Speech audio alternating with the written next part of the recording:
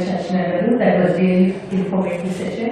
And thank you very much for sharing your supporting services here. And we would like to let the audience know that you all have the packs available on the table. Please take home some of those ones, and please do share with your friends and families in case if they might need, so they can get where to seek help. And I'm handing over to Dr. Rajeshri Garu to share about her speech. Thank you.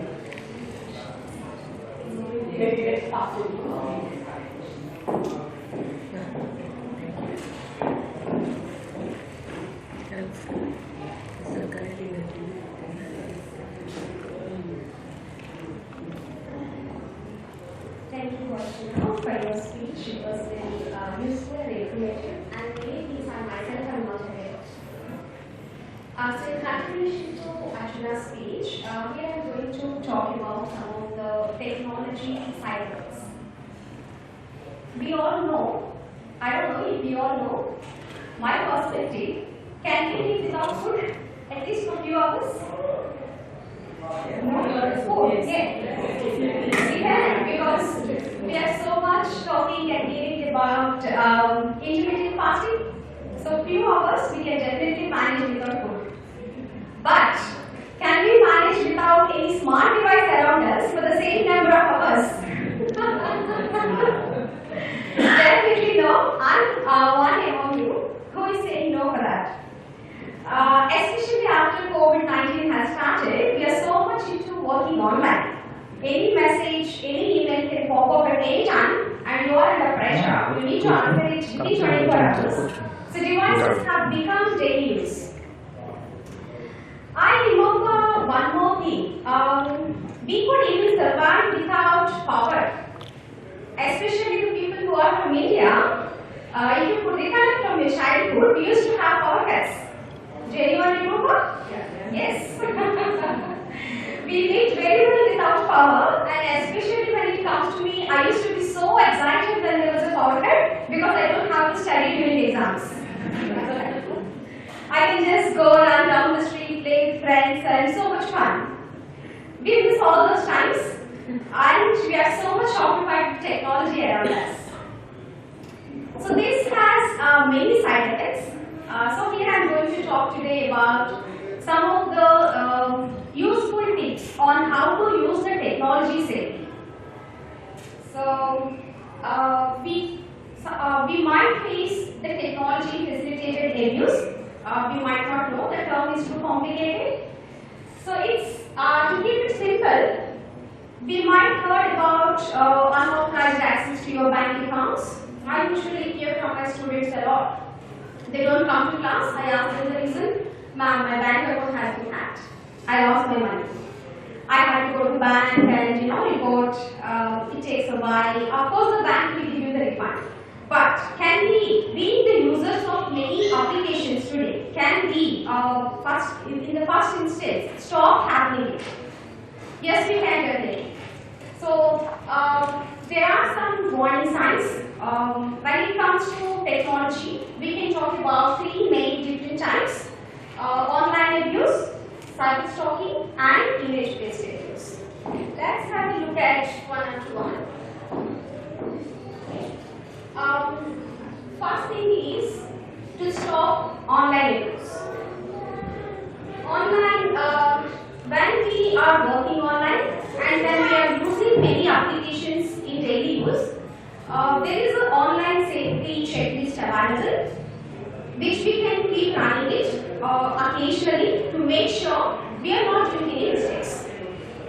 The common mistake we all do is making use of the important applications along with the social media apps. So from mobile phones, we do use Facebook, WhatsApp, and you have some important bank transactions to finish. We don't have time to go into the computer and log in and then do the transaction. So the simplest thing to do is to make an online banking transaction for which you have an online mobile app. Yes, that's quick and efficient, yet it has some disadvantages. Here I would like to share my own personal experience. So one fine day, I received a phone call from a mobile number, not from the landline. And the guy said, I'm here, I could see that there was an online banking transaction from your account, where you have done an Amazon purchase for $3,000. I'm calling from Commonwealth Bank, in which I have an account, and they said, that guy said, we are holding the transaction until you say you permit. And immediately I said, no, I didn't make any purchase, or I didn't make any transaction. And then the guy said, can you please log into your mobile application and say, follow my instructions. Immediately struck to my mind, something suspicious. First thing, if at all it is a call from bank, they wouldn't call me from mobile. They should call me from landline. And I was like, why should I do that? Why should I log into my mobile bank while you are talking to me? So that guy has spyware at the back end, through which he can track my whole mobile banking applications along with my bank transaction. The moment I cut the call, he can play with my bank accounts. So I realized something is fishy and I cut the call immediately. It's not safe to be online for those kind of calls if at all it looks suspicious to you. They can do anything with your mobile applications. They can get called while you're talking. It's standing. It's happening while you're talking. Once you cut the call, you're safe. So this can be an online abuse where someone else can try to track your bank accounts without your knowledge. Again, the same thing might happen when it comes to using the social media applications along with mobile banking applications. We all need to understand one thing, that the device for all these applications at the back end is the same. The hardware, the device, the pocket for all these applications is the same. So if a hacker can get into one of your social media applications, it's very easy for anyone to go into your social media these days. He can get into any of your banking applications or any other applications. Let it be mobile device or a computer. Doesn't matter. If one can get into your social media, he can get into any of the applications. So this is where again we need to be careful. I'm going to give some tips as well at the end of my speech on how to avoid these kind of things. So yes, it can sometimes be very scary, upsetting, stressful when you have many other things to do on time. You don't have time to look at or think about the online safety. This is all where we can become a victim. So the next thing is cyber stalking. Unwanted calls, receiving text messages. Not only the email ID, I hope you all would have noticed that even a mobile phone number can be spread across the unwanted numbers. Every day we keep receiving unwanted calls, messages, and the Commonwealth Bank example I gave you, that can be even cyber stalking. That was an unwanted call. So someone else got my mobile number, that's the thing there. How did it go? So posting, humiliating, abusive comments on social media, all these have a lot of impact when it comes to the personal life. So it's better to avoid them not happening in the first instance. Someone might be able to track you physically, and once they know your application, your Facebook. For example, I had another incident where a friend visited me all of a sudden without saying anything. I was like so shocked. How come you are here? I was chatting with your husband who was on Messenger. I could track his location and here I am for lunch. Yeah, so it can happen. It's always better to switch off your mobile location and Bluetooth. If at all it is not required for an application, safe application you are using. Because people can track you physically and they can follow you. If at all you don't have enemies, it's okay. But if you have enemies, who could be your ex-partner, who could be your wife? So man, be careful. Wives can still track you. It's very simple and easy. You don't need technology or you don't need a master's certificate to do this. Even kids can do much more smart and wise than us. So, if at all you think you are in danger, here is the 000 number. Apart from that, there is 180 respect to which you can call and to avoid the physical crime. The next thing is about image-based abuse. Before I play the video, let me share another thing which happened within my family. Few things they might appear too small, but those small things can play a big role in your life. For example, my daughter who was 12 years old back then when this particular incident happened a year ago.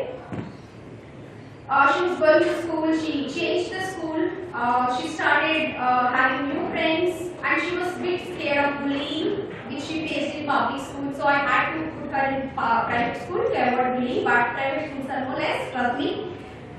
Everywhere it's the same, and we need to keep monitoring the behavior of them. If at all we are busy in something else, that is when definitely an incident happens. In my experience, I faced this. So she was chatting with her friends. Until she was in public school, one would think there were no devices. But once you start private school, the moment you enroll, they give you an iPad.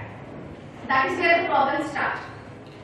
They will keep chatting with everyone. And especially with the COVID-19 period has been started, they were remotely learning from iPad. All the time they were on iPad to study and to do the assessments.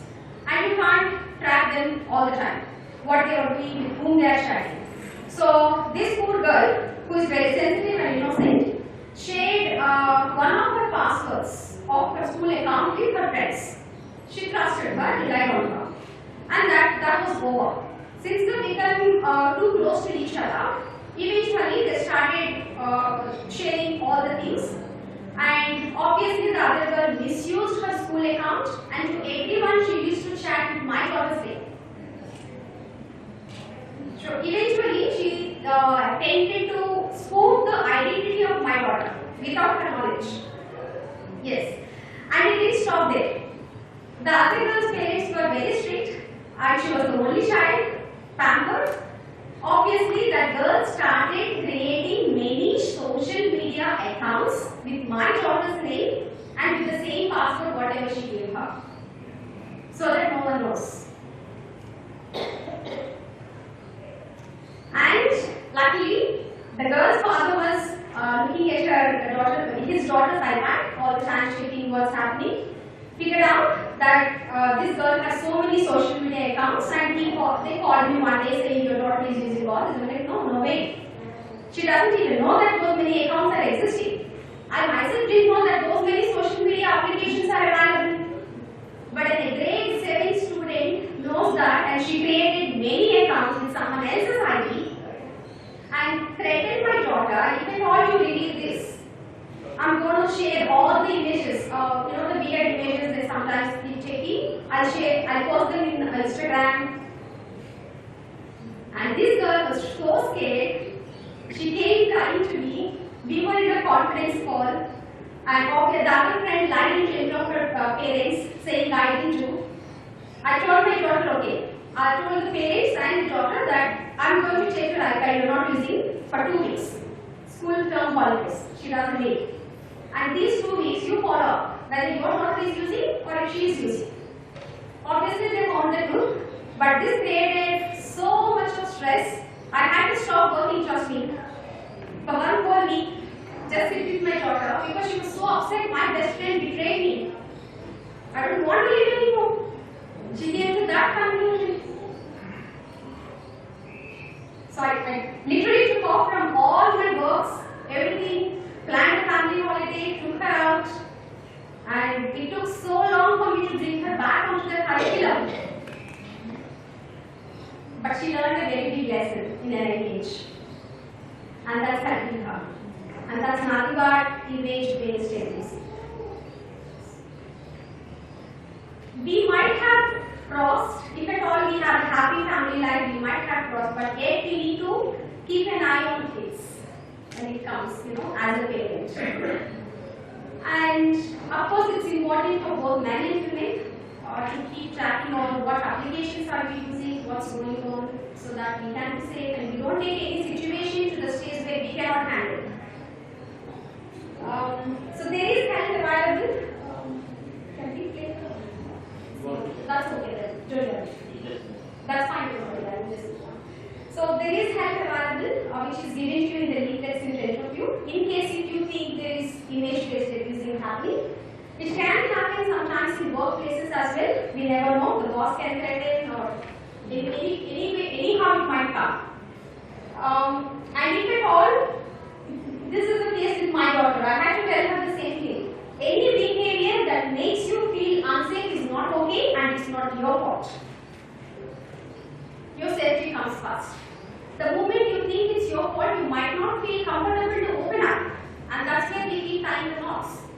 So it's not your fault. And some of the tips for your safety: always keep changing the passwords. Some secure applications, they prompt you. It's been 14 days since you changed the password. Even if they don't ask, please make sure you keep changing your personal email account passwords as well. And see if your mobile battery is dying faster. Of course, if it's not old. And if someone is watching your emails, if you are receiving too many junk spam emails, it's better to change email and password as well. And if there is any device which is not, if you find any device which is not yours, someone might have left it in your car at home intentionally, you never know. So better to pay attention on that as well. It's not exciting to get a gift like that. So if at all you detect any spyware or you get something suspicious, immediately better to stop using the device. Let it be computer, laptop or a mobile phone. If you think there is a spyware, immediately stop using the device. Get a new device and don't get the backup. When we purchase a new mobile phone, we usually get the backup from the old phone. But please don't do that if you think there was a spyware because of which you purchased the new phone. It's not safe to do. And it's also good practice to keep cleaning the browser history all the time. And don't save passwords unless it's your personal laptop or computer. When it comes to family, you need to be more careful because if it's your own laptop, if you share your family secret passwords, for example, my daughter can easily guess my passwords. I'm not saying. So things can happen. It's better to keep changing the passwords. That's all for now. Any questions you would like to, we are happy to answer them. Thank you all.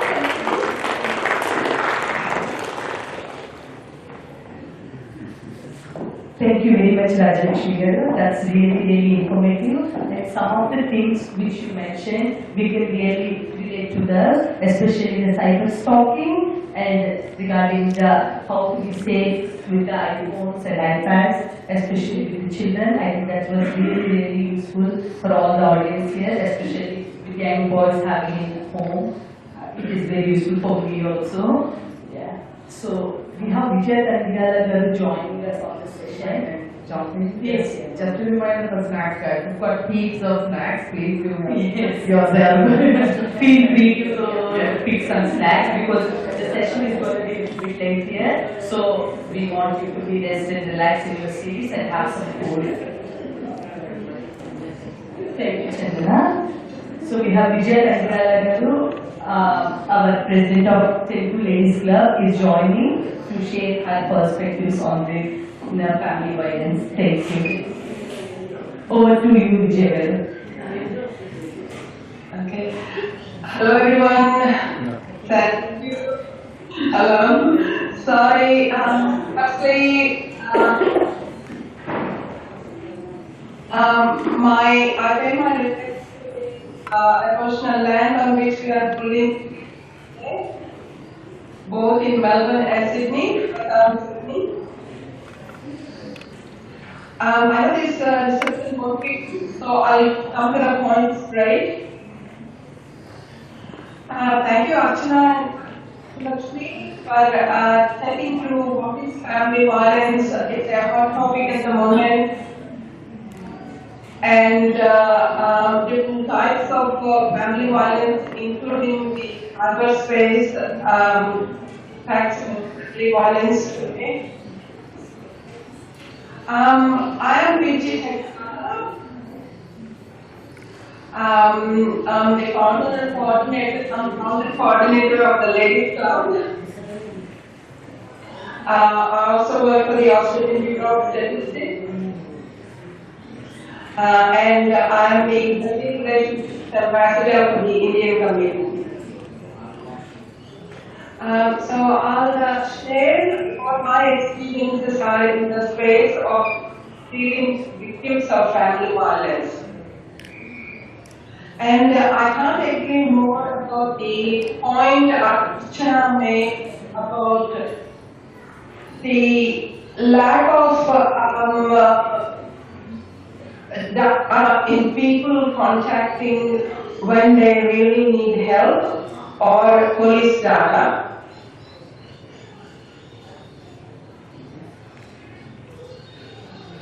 Am I still there? Yes. Okay.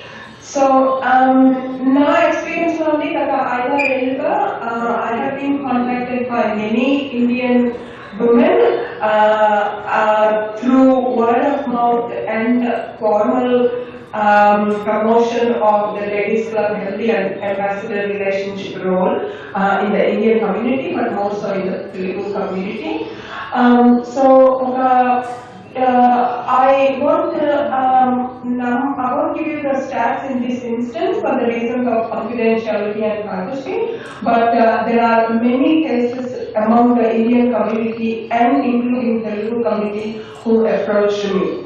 And the main findings I found is they do come for assistance pretty late in their family violence issues. I'm not going to touch on what Archana mentioned or Rajalakshmi mentioned, but purely it's on the ground experience I had with the family violence victims. And there are many reasons why they don't approach friends, family, resources, because firstly it's the cultural, as I mentioned, a couple of people mentioned Archana mentioned about the cultural reasons. They don't want to put the immediate or extended family to shame. With friends, this is such a sensitive issue. They can't trust all the people in getting sympathy or assistance in time. So there are many cases within the Indian community that they wait because of these reasons, and sometimes it's too late to make a decision, so they continue in that relationship, but the impacts could be mental health, you're just living for the sake of living, and sometimes when it is too much to take, they resort to extreme measures. And we have seen some people lose their lives because of this. So, in my opinion and in my experience, I think if people are going through issues, please do talk to someone you can share confidently. If not, pick up the phone, and people have given you some numbers of resources. Please do contact them. And I do get a lot of contacts through friends and people who have gone through and who have gone through it successfully. And success is not living in the relationship or taking divorce or living separately. It all depends on the individual case. So, irrespective of that, I think every woman needs or deserves to live the life they need to live, whether it's independently or as a family. It's unfortunate, but that's the reality. So I am in touch with other organizations, and I do work with a network of professionals like legal, medical, and psychiatric professionals. But I'm the first point of call. They talk to me, and sometimes just talking to an unbiased person can resolve some issues. So, and then my role is to listen to them, and in my role, I can't really advise one way or the other than directing them to available resources. I think if you come across anyone, please do not hesitate to encourage them to contact professional organization sooner than later, and I'm always happy to help. I do get a lot of referrals from TAAI and their associations within Australia, and also India through our Facebook and TAAI Facebook and web pages. So I can't really stress enough getting or seeking timely assistance, whether it be doctors, police, related or relevant organizations, but please do seek help. That's my short message. If you have any questions, I'm happy to take along with others. Thank you, everyone.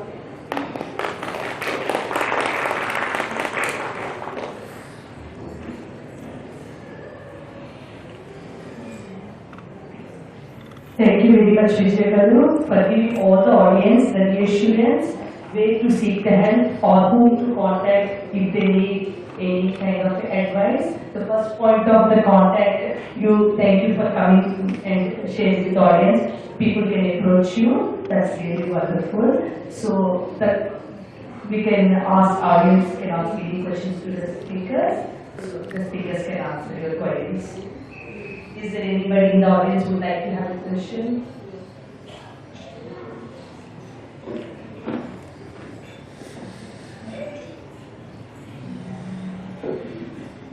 Is there any questions from the audience?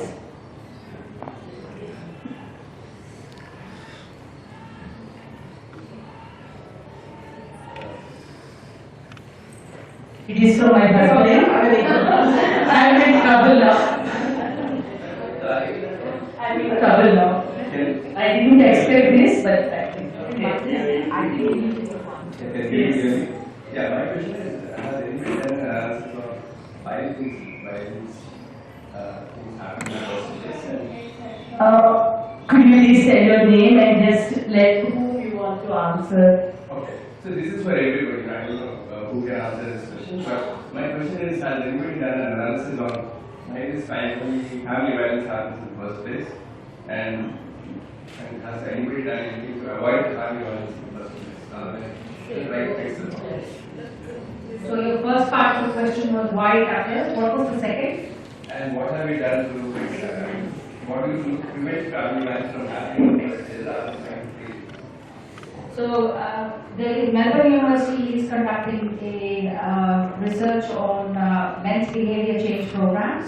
So, often when family violence occurs, Victoria Police sort of attends at the house. Normally, the process that occurs is there's an intervention order that is taken against the man. Again, I'm gender biased, I'm sorry, but the statistics are it's usually against the man. The intervention order normally specifies, gives very precise conditions that the man has to follow, and often the result is the man has to walk out of the house. Right now, the police will say, pack your bag and you're going out. So, normally they have to walk out and they are not supposed to text the woman, they can't communicate with the woman, they are not allowed to visit the children, and there is an intervention order that is put against, where you have a hearing in the magistrate's court for it.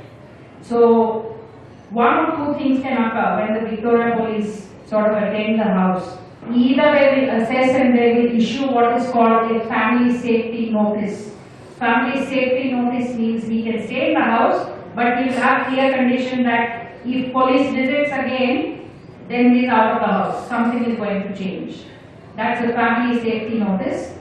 One step above that, if the incident is quite severe, then it is an intervention order. It's called an IEO, intervention order.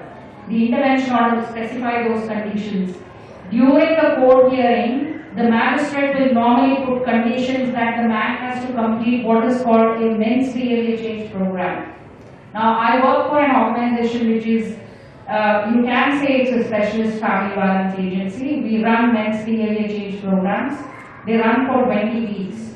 The common myth and the common misunderstanding is that family violence is about alcohol, is about anger. No, it's not about that. Family violence is more about power and control.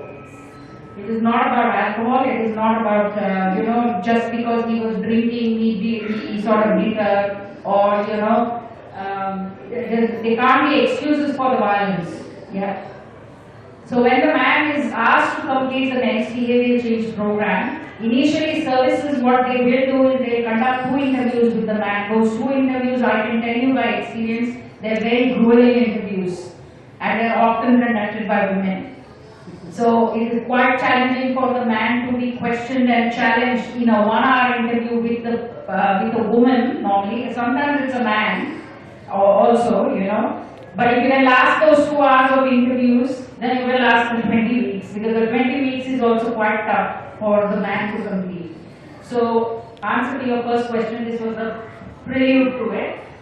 Melbourne University is conducting an evaluation of those men's behavior change programs, and it normally the statistics normally gets published in either through no to violence websites or Family Safety Victoria websites. You will get the details there. And we are specialist services, so we generally keep tabs on the program is improvising quite frequently. The program is facilitated by 1 man and 1 woman to demonstrate what respectful relationships look like. So that normally there are some sort of counter arguments when the group is running as well. But it is about demonstrating that you can disagree as well. You can agree to disagree. You don't have to get violent if you disagree with something. Yeah. So that was the answer to your first question. Sorry, and the second one was.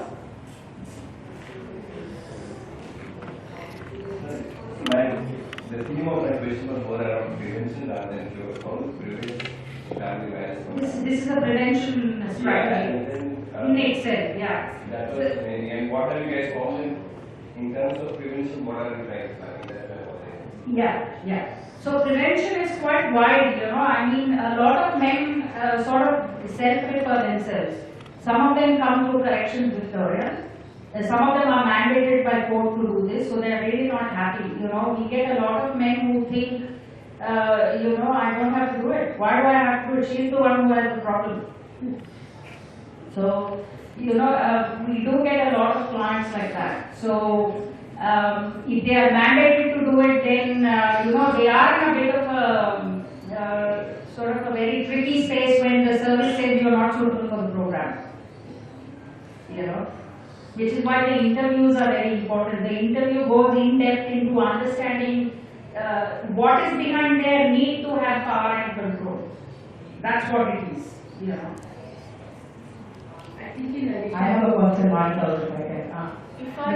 if I may add to it, I think the basic understanding what Archana said, family violence happens not because it's the reasons identified are far less than what are not identified in.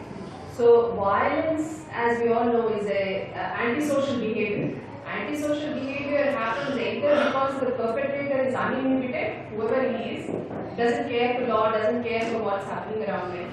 And 2, they themselves have got problems with which they feel overwhelmed. It could be anger, it could be depression, it could be frustration from financial reasons or social reasons, which they show on an easy target, which is the spouse or the partner, or sometimes it's an aging parent or a little child at home. So it is easy to show it on somebody who's an easy target, who's available there. Now, how do we prevent it? That's 2 prongs. One is what legally or administratively what the police or the federal government is doing, and there are a couple of studies that are happening. Melbourne University is one. Monash has got a huge study of mental health issues in workplace and in family as well. It still is ongoing. That is one aspect of it. But 2, more importantly, the reason we are having this discussion as a community is what we can do to prevent it. One is support, providing support both in the family and outside the family as well. So if you see somebody that is identified as a victim or a perpetrator speaking against it and making it quite evident that this kind of behavior is not tolerated. So there is that ad campaign that is going on right now, and you all must have watched on TV, where respect is important to be given, not just to women but for any sort of vulnerable person. So such things, identifying that, and to giving that strength to our kids and educating kids, girls to be resilient and to be strong, to speak up and to stand up for themselves, boys to respect girls, and these things happen from a very little age. So when they are little and you are teaching them, just as what is shown in that ad campaign, when you are teaching them good manners as to how you respect parents, how you respect teachers, how you respect certain other members in the community, you also have to respect your colleagues or your friends, whoever they might be, especially if they are girls, and how they are treated is very important. So giving that education to our kids is very important. That's how you will prevent it. Because what is identified, what is reported is only the tip of the iceberg. What is not reported, what is happening in a subdued way is huge numbers, which unfortunately we don't see. Yeah. But yeah, as prevention is the best way. Just like Yes. how you prevent I can road accidents. through So how do we prevent road traffic accidents? By educating people about safe driving. And that happens on multiple levels. It's not just the police who has to do it. We also have to get involved and say, report things and try to drive safe and help each other in the process.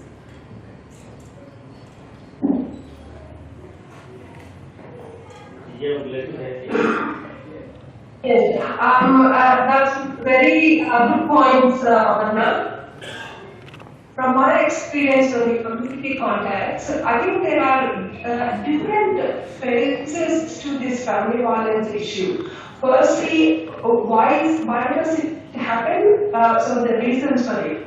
So what I'm dealing with is after the family violence, I'm talking to people where the family violence is already in place. And the other aspect that I'm now dealing with is, in terms of advice to these victims, is once they are separated or divorced, how do they do the education program for the kids? So I think this is such a vast area of interest for people.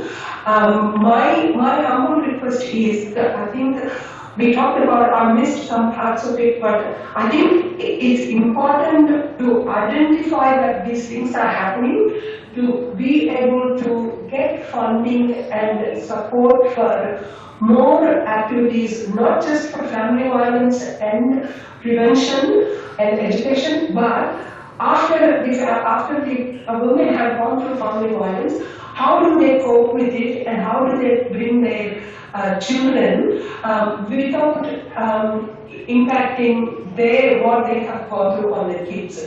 So having been working in Australian Bureau of Statistics, I can say how much we struggle to get the exact numbers. I mean, what the numbers you Archana quoted or Rajlakshmi quoted, they are there, but as Aparna said, they are only the tip of the iceberg. We work with Victoria Police, medical organizations, community organizations to get the data as close to as possible. Still, the numbers are not anywhere close to accuracy. So, so that's what I wanted to add.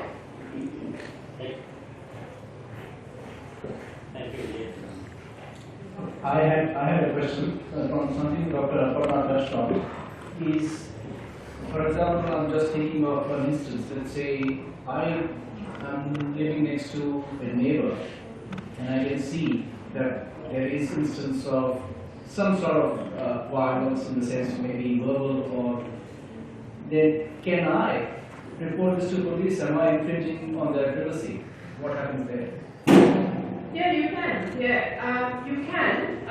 It's a tricky question because wherever there is a harm seen to somebody, it's reportable. And it is important to report. But then it's very tricky on identifying something with second-hand knowledge without knowing what exactly is happening. And these processes, they are very quick and they are very absolute. Once something is reported, the way the legislative processes work, they are very, as Archana was saying, they're very grueling and they're very absolute. You know, it's hard to reverse them. So it's difficult to undo something that has been done. We see that often when we have to report something, even with child protection unit, when we have to report something, it becomes very tricky because what we see might not be the truth sometimes. Having said that, whatever suspicion you have, it is important to express. The way you express is a few different things, and you can take the call based on what the situation is. So it need not be to the police, it need not be to the authorities, it could be to the person who is going through it and trying to have that conversation of, is this true, you know? Are you going through some trouble, or you know, what is happening? Or talking to some other community member who might be responsible, like a social worker or somebody who is dealing with these issues and saying, bringing it to their attention and saying, this is what is happening. But if no other avenues are, then yes, reporting into the right authority. Police would probably be the best people in this situation because they are easily available. But 1-800 respect is another one which will take calls from third persons as well if they have anything to report. Is there any more questions from the audience?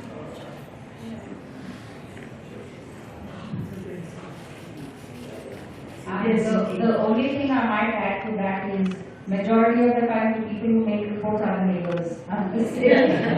Okay, there is one more question. I've been very passionate about this subject for a long time.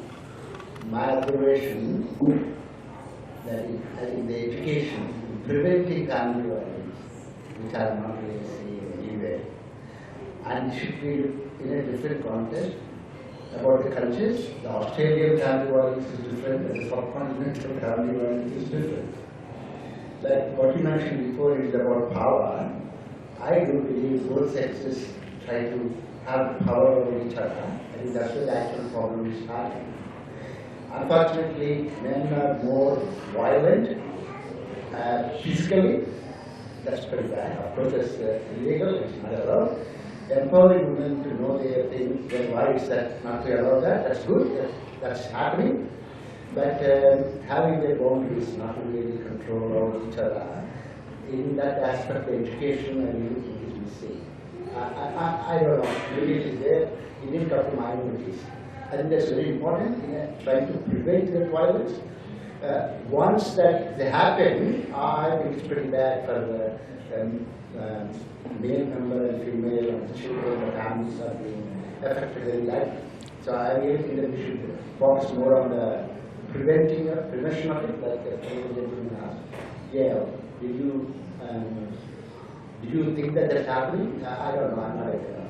That's a very good point you're taking. I think most services in Victoria are sort of now focusing on what is called early prevention, and the early prevention efforts are going into schools. So like Aparna was talking about, teaching the adolescent boys about mutual respect and, communicating, learning how to resolve conflicts is starting in the schools now. So a lot of stakeholder meetings that I attend, I do have Department of Education staff specially employed to do that, education on family violence aspects. There are specially appointed people who are present in the school. There are also lawyers present in the school apparently, especially in TAAI, in Verity and in Sunshine, who actually are based in schools and talk to these children who are impacted by family violence. Because if you Google the Family Law Act, it clearly says, one clause actually says, if the child is exposed to the violence, it is as good as the child is experiencing the violence. So, you know, all the efforts that the legislation in Victoria has taken, it has taken the focus of ensuring that the women and the children are protected and that the men are held accountable for their behavior. So it's a very holistic model. It's not just excluding genders and, you know, pointing fingers that one is right and one is wrong. It's a very holistic model where each party involved is supported around. Thank you, Chair. It was really wonderful to get some questions from the men, especially on the sensitive topic like family violence. I think the men in the hall are such a gentleman. That's good. They were talking more about the prevention, and they were more keen on knowing about whether the prevention is happening, what are the things going on. It was really wonderful to have the men in this room today. I think thank you so much, Aparna and Rachna, for sharing your insights and giving us a wonderful information. Thank you. So we are moving to another important session, which is very sensitive topic again, the mental health session. So the guest speakers for this mental health session are Dr. Aparna, Dr. Archana. Along with them, we have another guest speaker joining today for this event, is Navina. I will briefly share about Navina's journey. Navina is a breast cancer survivor. Following her diagnosis, she decided to reevaluate herself and focus on the matters that are very important to her. She describes it as changing from being career ambitious to being life ambitious. That is what is very, very wonderful to imply for everyone's life. She is utilizing her varied skills and knowledge in assisting others to achieve better outcomes. We are so delighted to have you here, Navina, today with us, along with Aparna and Archana. Thank you. And you over to you.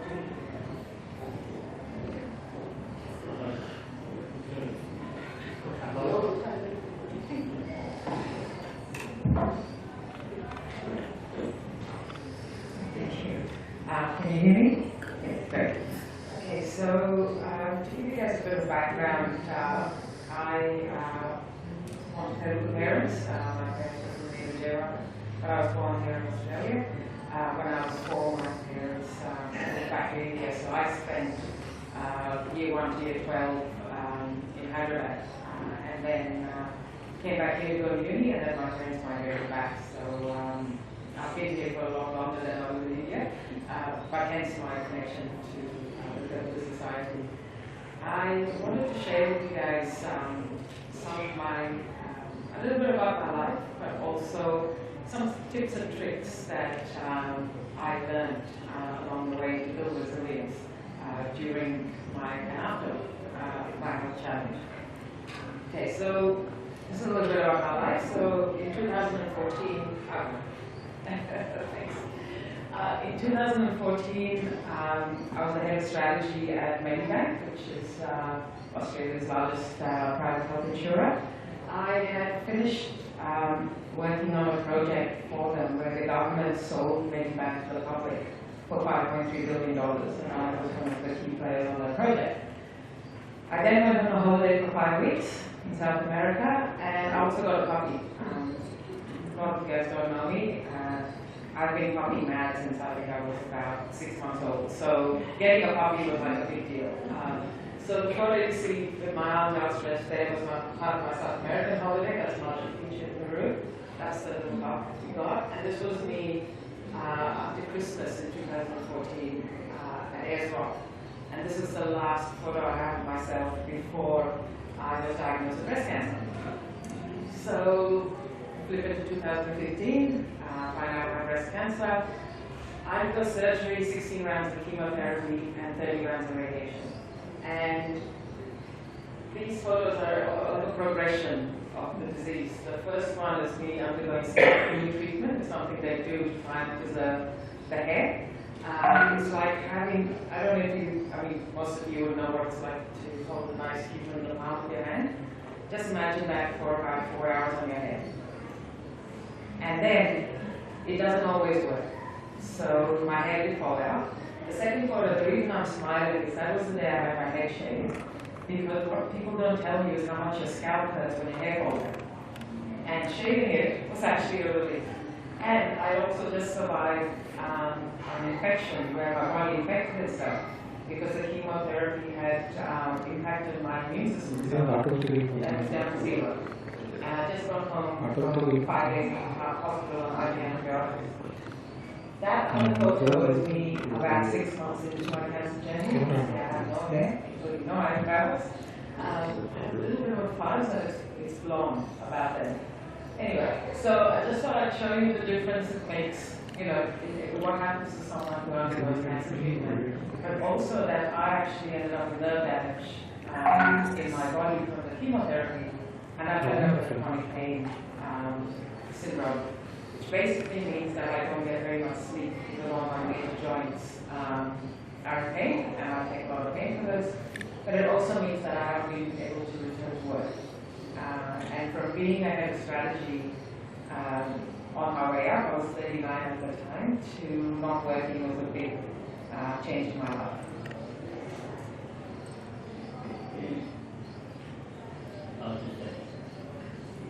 Just a minute.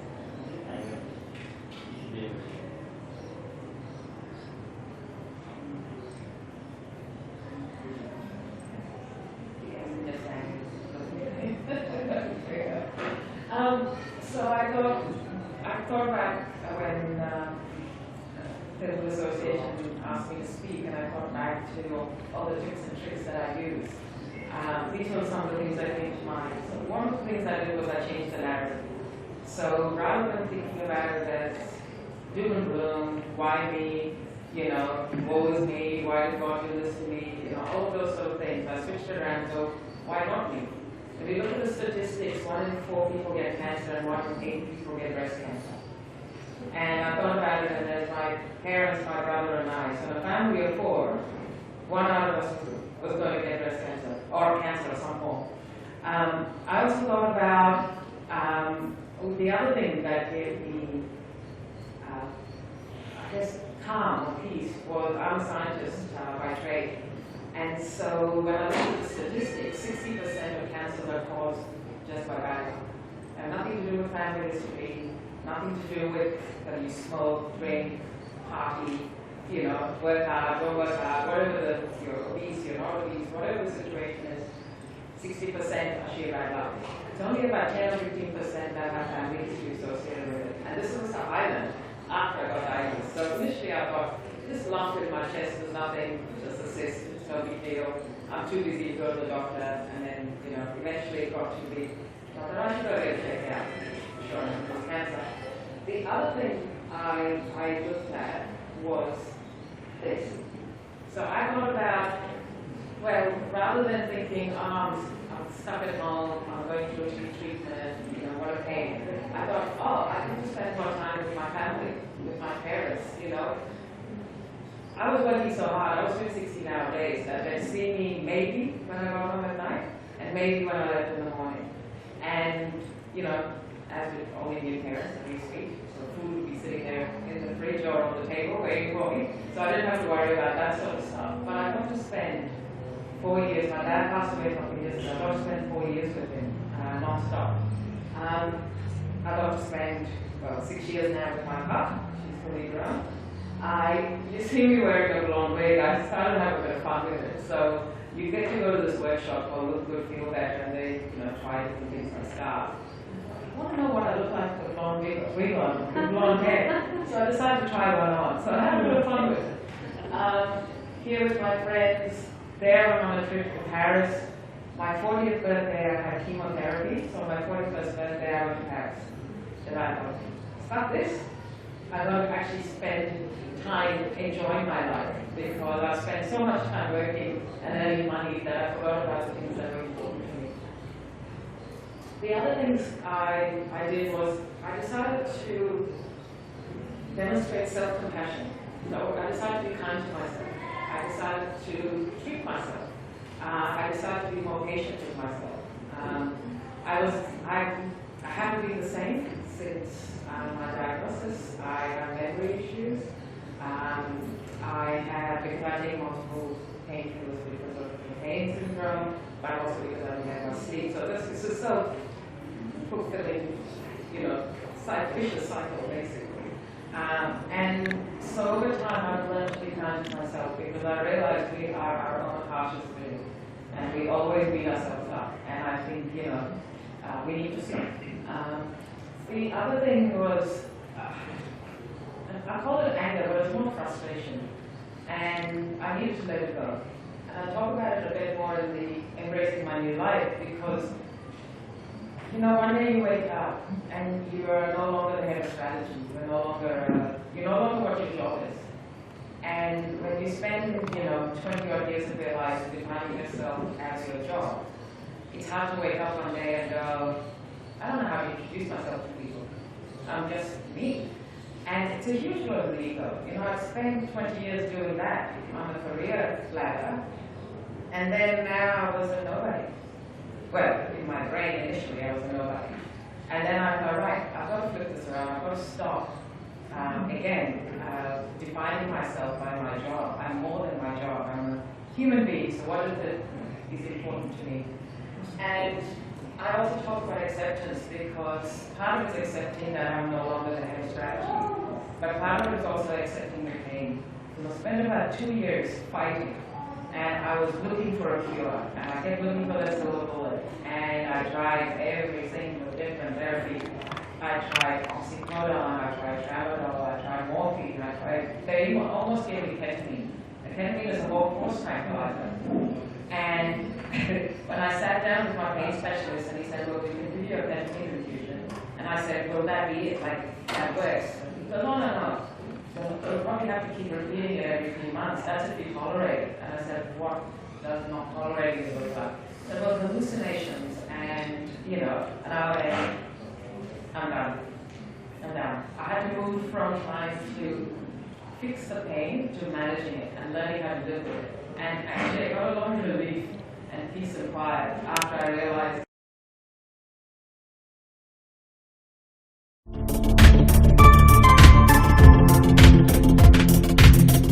Celebrate festivities and happy moments with your friends and family in Australia. This time celebrate in Desi style. With Sweet India, we offer a variety of Indian sweet options. Experience the tradition without missing on your roots.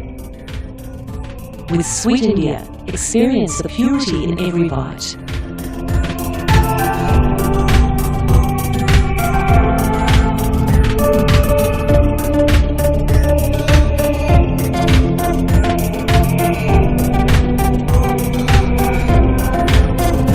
We are the largest manufacturer in Indian sweet and savouries range in Australia. For order, please call 9369 6694.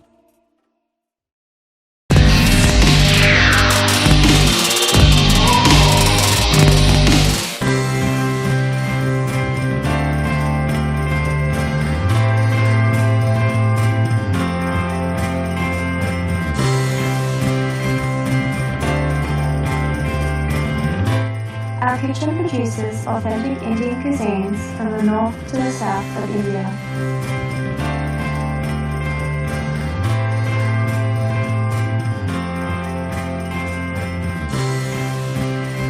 From dosas to Indo-Chinese fusion to North Indian delicacies, try iconic dishes from Punjab to Hyderabad and everything in between.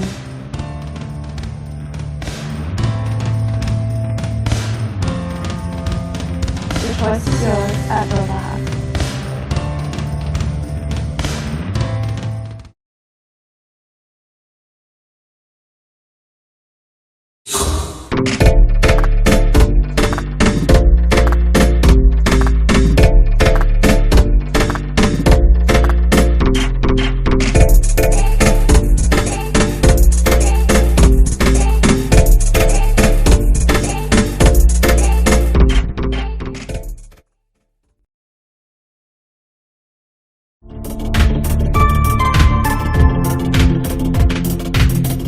Celebrate festivities and happy moments with your friends and family in Australia.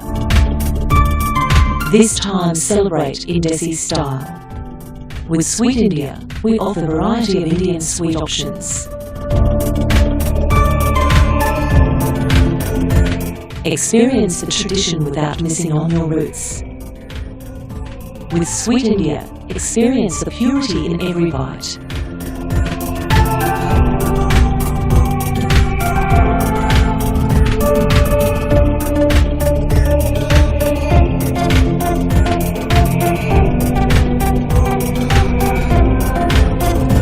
We are the largest manufacturer in Indian sweet and savouries range in Australia. For order, please call 9369 6694. You know that I'm sick, but you don't contact me. And so they set up a program where either a nurse or a social worker will call someone as soon as they find out, which is pretty much almost about the time the doctors find out that they're sick. They get a message and they ring outbound call and say, "Hi, we're calling from Medibank, we're really sorry that you're sick. How can we help?" And I said, if the person doesn't want to talk to you, they will tell you that. And you can leave your number with them and they will call you. But they'll just appreciate the phone call, that you care enough to give them a call and inquire and offer assistance. So this kind of, there's a few other organizations I've done stuff for. If you have anything to do with the Breast Cancer Network, you'll see my face in the latest video. We created an app of their tool, but we added a feature that's called Symptom Tracker. So if you know anybody in your life who's got breast cancer, get them to download the app. It allows you to track any side effects that you're having. You can rate them, you can use a slider scale, you can actually print it out, you can share it with your family and friends, you can share it with your doctor when you go and see them. You can take photographs if you have any rashes or things that you want to show your doctor, like all that sort of stuff. All that functionality has been built in, and it was just launched last month, start of this month. So it's out there. It's in the App Store, Android, and Apple. That's my ad. So that's me. Thank you for the opportunity to speak with you and share my story, and I hope you got something out of it. Thanks.